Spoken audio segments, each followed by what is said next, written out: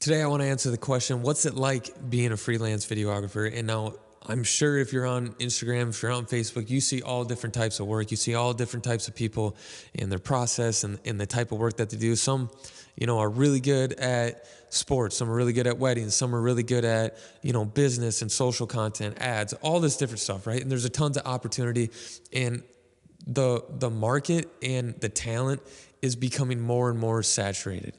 And what I'm saying right now, like just from the past few years that I've been doing this, there are things that are constantly changing, but there's one thing that's always going to be changing. You have to be working with someone that can learn how to adapt and pivot to where the trends are and where things are going, right? A lot of the people get washed out and they get faded away because they don't take it that serious, right? Because if you're really going to be serious and you're going to compete in that market, you have to understand what is going on within it. There used to be a time where everybody was just looking for good quality video. Everybody was just like, man, your footage looks good. Like, I just want that, right? That's all that you needed. Now you're getting people that are all getting very, very similar, image output. So everybody's got good looking film.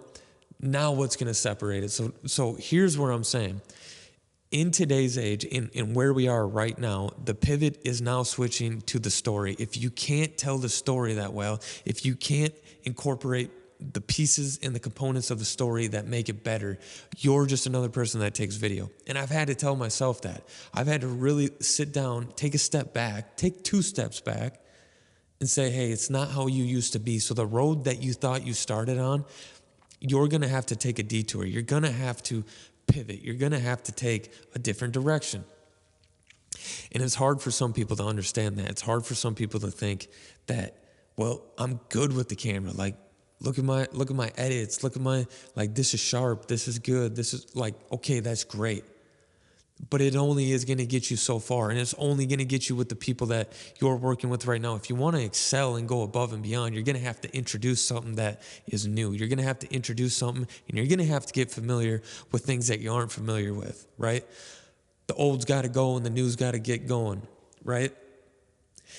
That's what I'm talking about. And you can apply that to any area of your life. But for video and creative work right now, I mean, you hear people like Gary Vee saying, organic creative content is now the most valuable thing. If you have people right now that are telling you need to spend money on ads, you need to do this, you need to market through, some sort of whatever it is, man.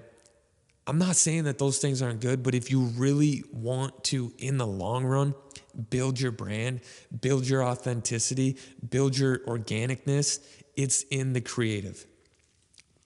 We used to be in a time not long ago where you could post a photo, or you could post a blog post, and people would do that. Dude, it's not gonna work anymore. It's not working anymore.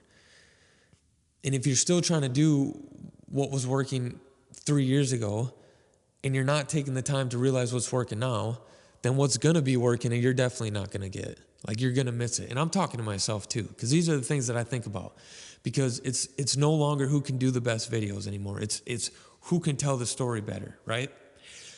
People are starting to look for different things. It's no longer who's got the best video.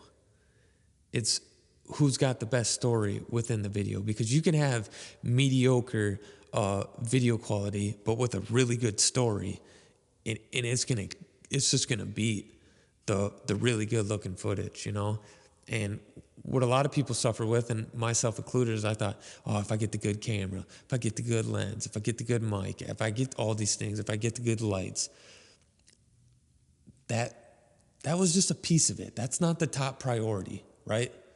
Because trust me, there's people making super cool stuff, super cool stories, and they don't even own a camera.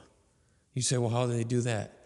Their story is so important that they don't need a camera. They have other people with them that are documenting it. Or they can pull out their phone and talk to it. But they have such a good story that people are interested in. There's so much value in that alone, that's what people are drawn to.